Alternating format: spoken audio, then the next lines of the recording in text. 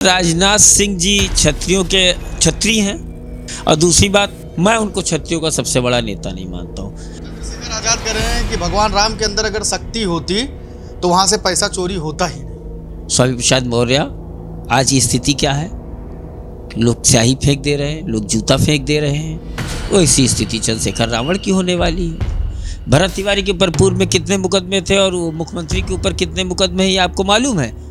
तो हथियार लहरा देने पे अगर उसकी हत्या कर दी पुलिस ने वर्दी में, तो उस तरीके से तो मुकदमे के हिसाब से मुख्यमंत्री को भी मर जाना चाहिए वहाँ के।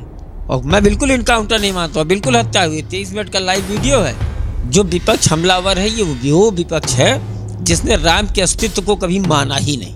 कि एक बहुत बेवकूफ़ टाइप कैबिनेट मंत्री रहे स्वामी प्रसाद मौर्य, उनके बयान आप सुनते रहते हैं।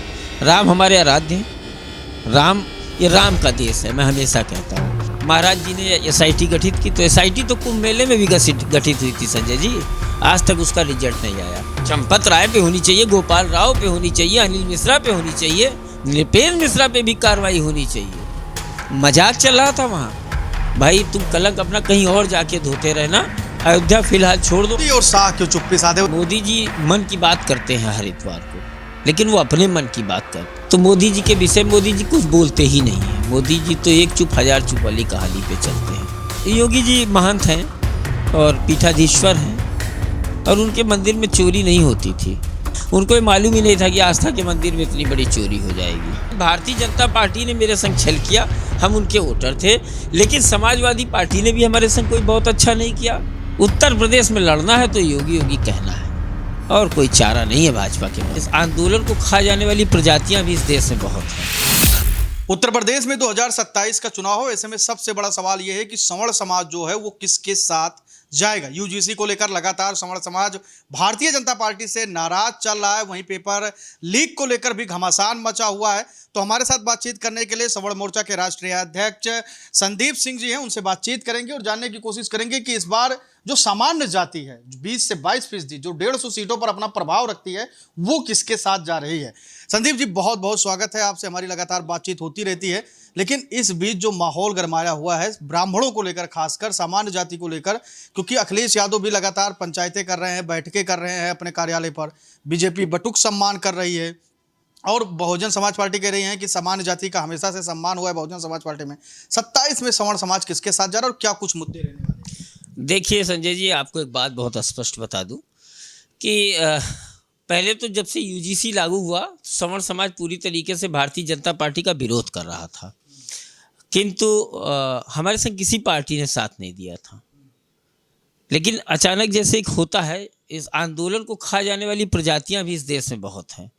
अचानक हम लोगों का UGC आंदोलन जो 13 दिन में अपने चरम पे पहुंचा, सुप्रीम कोर्ट को स्टे देना पड़ा। उसके बाद हमारे ही बहुत से बड़े चेहरे उन्होंने राजनीतिक पार्टियां बनाकर मैदान में उतरने की घोषणा कर दी।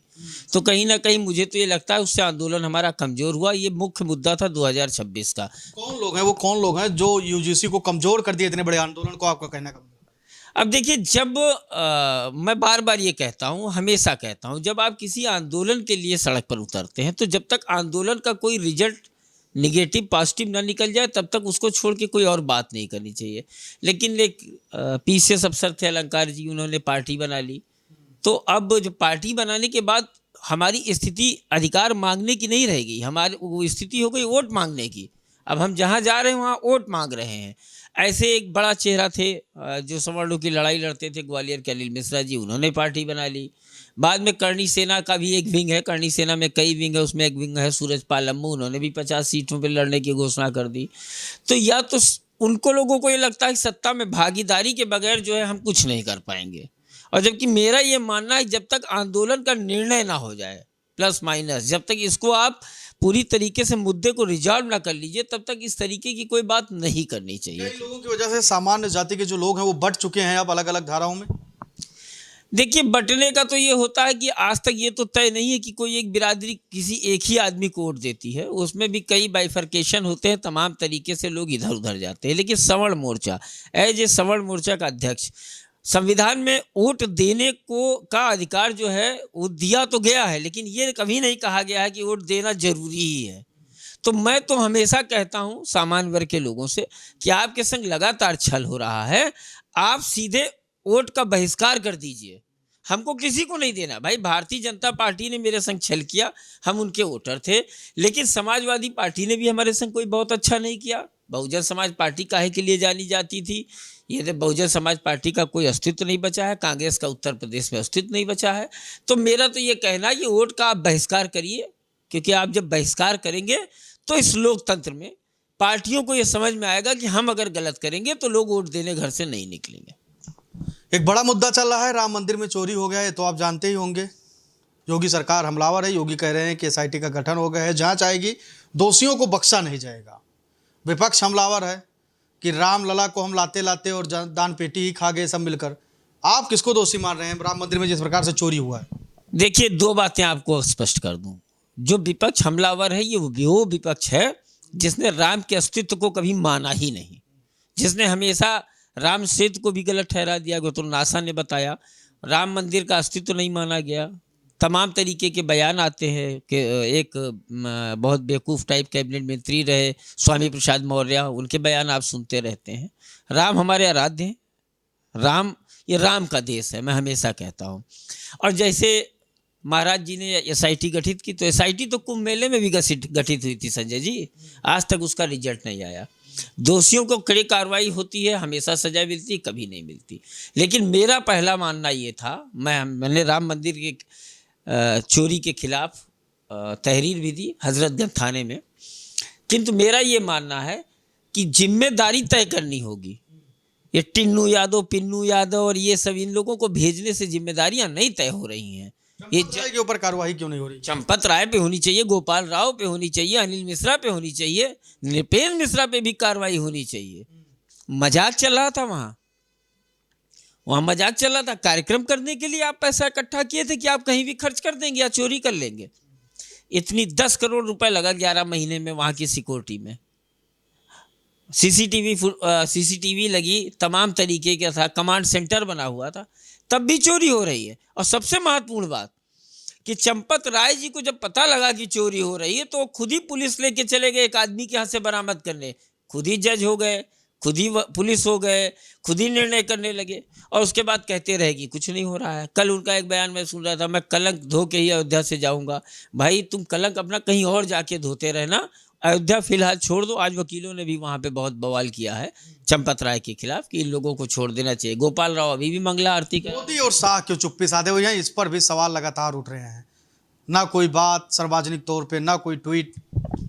देखिए, मोदी जी के बारे में तो एक बात आपको स्पष्ट कर दूं कि मोदी जी मन की बात करते हैं हर इतवार को, लेकिन वो अपने मन की बात करते हैं। कभी उन्होंने सामान्यतः, आप लोग तो पत्रकार हैं, कभी उन्होंने कोई ओपन प्रेस कॉन्फ्रेंस अटेंड की है? कभी नहीं की है। उनका जो पॉडकास्ट चलता है, उनका जो वो होता है, वो अक्षय कुमार लेते हैं। तो मोदी जी के विषय मोदी जी कुछ बोलते ही नहीं हैं। मोदी जी तो एक चुप हजार चुप वाली कहानी पे चलते हैं। अब नहीं बोल रहे हैं। अब जैसे जो सूचनाएं छन के आती हैं, आधिकारिक तो नहीं है, लेकिन कोई कहता है कि संघ का हाथ है तो मोदी जी चाहते हैं लोग फंस जाए। कोई कहता है महाराज जी तो बिल्कुल तैयार थे कि हम FIR करा देंगे, फिर सेंट्रल से दबाव पड़ा। योगी को भी फंसाने की बड़ी साजिश हो सकती है, बड़ी चाल हो सकती है, आपको लगता है? क्योंकि ये भी लोग कह रहे हैं, सियासी सूत्र।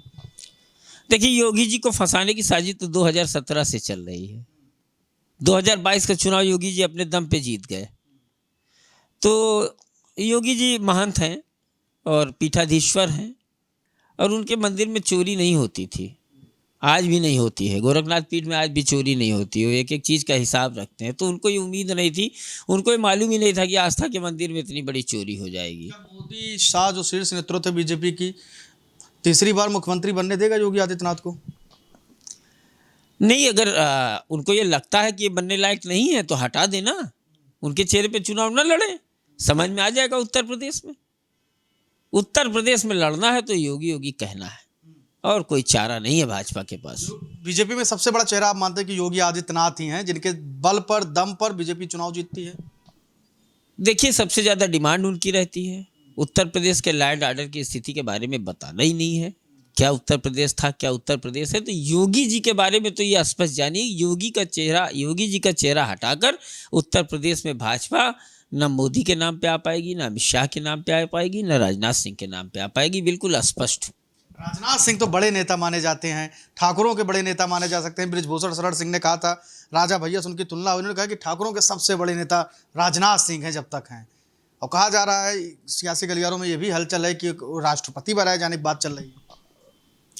देखिए, राजनाथ सिंह जी क्षत्रियों के क्षत्रिय हैं, ये तो कन्फर्म हूँ मैं। और लेकिन क्षत्रियों के सबसे बड़े नेता कह देना, क्षत्रिय नेतृत्व कब स्वीकार करता है? क्षत्रियों ने आज तक नेतृत्व स्वीकार किया? महाराणा प्रताप का नेतृत्व तो क्षत्रियों ने स्वीकार ही नहीं किया जब वो राजस्थान में लड़ाई लड़ रहे थे मुगलों से, तब तो सारे राजघराने उनके खिलाफ थे। तो पहली बात तो क्षत्रियों में नेतृत्व स्वीकार करने की कोई प्रथा कभी रही नहीं है। और दूसरी बात, मैं उनको क्षत्रियों का सबसे बड़ा नेता नहीं मानता हूँ। अगर वो क्षत्रियों के सबसे बड़े नेता होते तो वही राजनाथ सिंह रक्षा मंत्री रहते हुए, जिनको इस देश की रक्षा की जिम्मेदारी है, उन्होंने सिंदूर ऑपरेशन में कहा था मेरा एक भी सैनिक नहीं मरा है, और बाद में 6 सैनिकों के मरने की खबर आ गई हफ्ते भर पहले।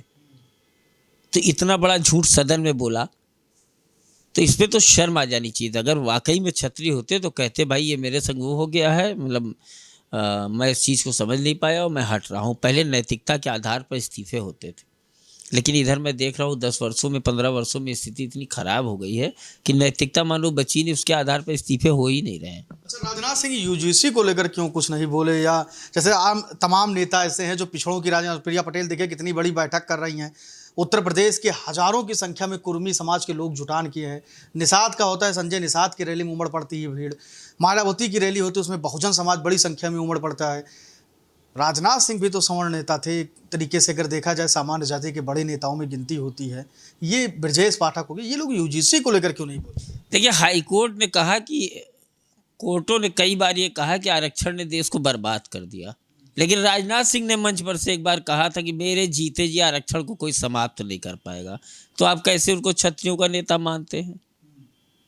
2 बार उन्होंने यूजीसी के लिए मुझे क्वेश्चन पूछना था, रक्षा मंत्री लखनऊ के सांसद आ रहे थे, मुझे 2 बार हाउस अरेस्ट करा लिया गया।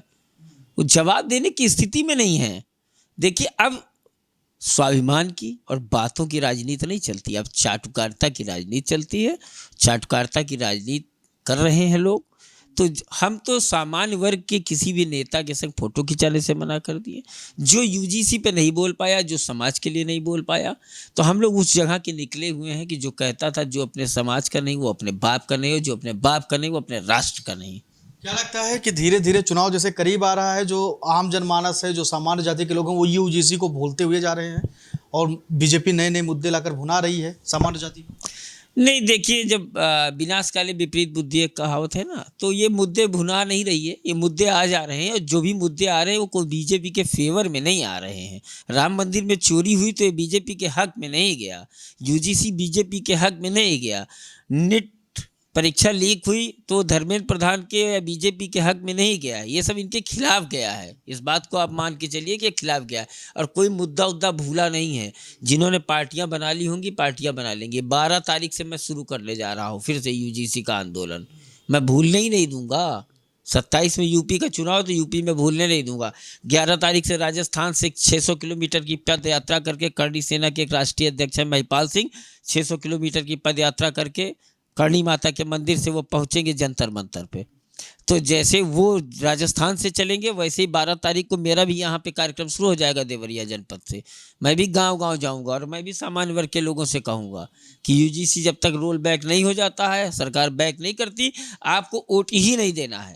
चंद्रशेखर आजाद कह रहे हैं कि भगवान राम के अंदर अगर शक्ति होती तो वहाँ से पैसा चोरी होता ही नहीं। आप मानते हैं कि भगवान राम के अंदर शक्ति नहीं बची है? चंद्रशेखर आजाद जैसा कह रहे हैं, कह रहे कोई भगवान नहीं होता, सब अंधविश्वास है, लूटने का एक जगह बना। कौन चंद्रशेखर रावण जो 80 किलोमीटर बिजनौर से मेरठ नहीं जा पाए थे एक अपने बिरादरी के आदमी की हत्या में, और 250 किलोमीटर इस गर्मी इस उमस में बताइए पौड़ी गढ़वाल उनको जाना पड़ा? वो चंद्रशेखर रावण? वही तो स्वामी प्रसाद मौर्य भी कहते हैं कि राम जी के यहाँ से चोरी ना हुई होती। तो जिसको मानते हैं उसने सांसद बना दिया, विधायक बना दिया। बने कब? जब बसपा से निकल के राम की शरण में आए। लड़की कब सांसद बनी? जब राम की शरण में आए। और जब से राम, अटल जी ने कहा था सदन में कि पार्टियों का विरोध करिए, सरकारें आएंगी जाएंगी, लेकिन राम का विरोध ना करिए, नहीं नेस्तनाबूद हो जाएंगे। जो कांग्रेस की स्थिति हुई, स्वामी प्रसाद मौर्य, आज की स्थिति क्या है? लोग स्याही फेंक दे रहे हैं, लोग जूता फेंक दे रहे हैं।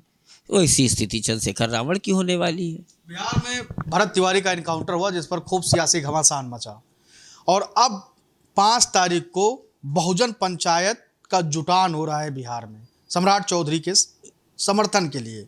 आपको क्या लगता है, क्या भरत तिवारी अपराधी था? क्योंकि कई नेता जो हैं वो बिहार के जो पिछड़े नेता हैं और दलित नेता हैं वो साफ तौर पे कह रहे हैं कि भरत तिवारी इनकाउंटर था, हथियार लहराने क्या आवश्यकता थी, इनकाउंटर हुआ, अच्छा हुआ। और इसीलिए जो विरोध हुआ सरकार के खिलाफ, सम्राट चौधरी के खिलाफ, उसको दबाने के लिए बहुजन समाज के लोग अब एक बड़ा पंचायत करने जा रहे हैं। उसको कैसे देख? भरत तिवारी कितना पढ़ा लिखा था ये मालूम है वहाँ के मुख्यमंत्री को? और वहाँ के मुख्यमंत्री कितने पढ़े लिखे हैं ये आपको मालूम है? भरत तिवारी के ऊपर पूर्व में कितने मुकदमे थे और मुख्यमंत्री के ऊपर कितने मुकदमे हैं ये आपको मालूम है? तो हथियार लहरा देने पे अगर उसकी हत्या कर दी पुलिस ने वर्दी में, तो उस तरीके से तो मुकदमे के हिसाब से मुख्यमंत्री को भी मर जाना चाहिए। वहाँ के उनका क्या बैकग्राउंड था आपको मालूम है? वहाँ पे एक नेता है नागमणि कुशवाहा, वो चिल्ला चिल्ला के कहते हैं कि मारा गया था, पुलिस की गोली से मारा गया, कुत्ता था। उनके पिताजी भी मार दिए गए थे 74 में पुलिस की गोली से। वो अपने पिताजी के लिए बारे में ऐसा कहेंगे? और मैं बिल्कुल इनकाउंटर नहीं मानता हूँ, बिल्कुल हत्या हुई। 23 मिनट का लाइव वीडियो है। अभी तो कोर्ट में पहुँचने दीजिए मामला। धज्जियाँ न उड़ गई पुलिस वालों की तो कहिएगा सवर्ण मोर्चा की टीम लीगल, पूरा लीगल वो देगी उनके परिवार को समर्थन। जितनी भी लीगल टीम की जरूरत पड़ेगी सब लखनऊ से दिल्ली से जाएगी।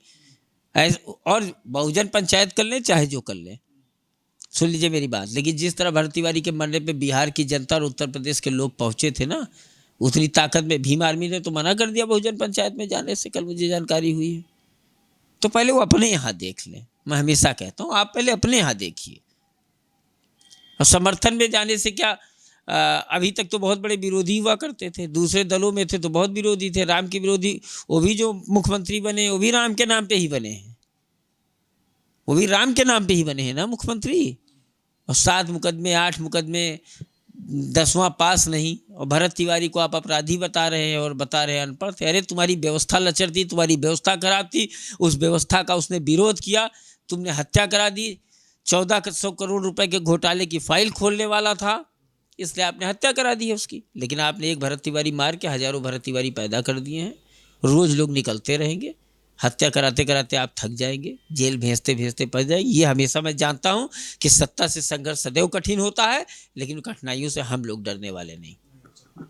सवर्ण मोर्चा के राष्ट्रीय अध्यक्ष संदीप सिंह थे जिनसे हमने बातचीत की भरत तिवारी इनकाउंटर को लेकर, उत्तर प्रदेश की राजनीति को लेकर, सामान्य जाति के भविष्य की राजनीति को लेकर। आपने बेबाकी से अपनी राय रखी। कैमरा सोगी जितेंद्र के साथ संजय पांडे, फिल्म टिक्स, लखनऊ।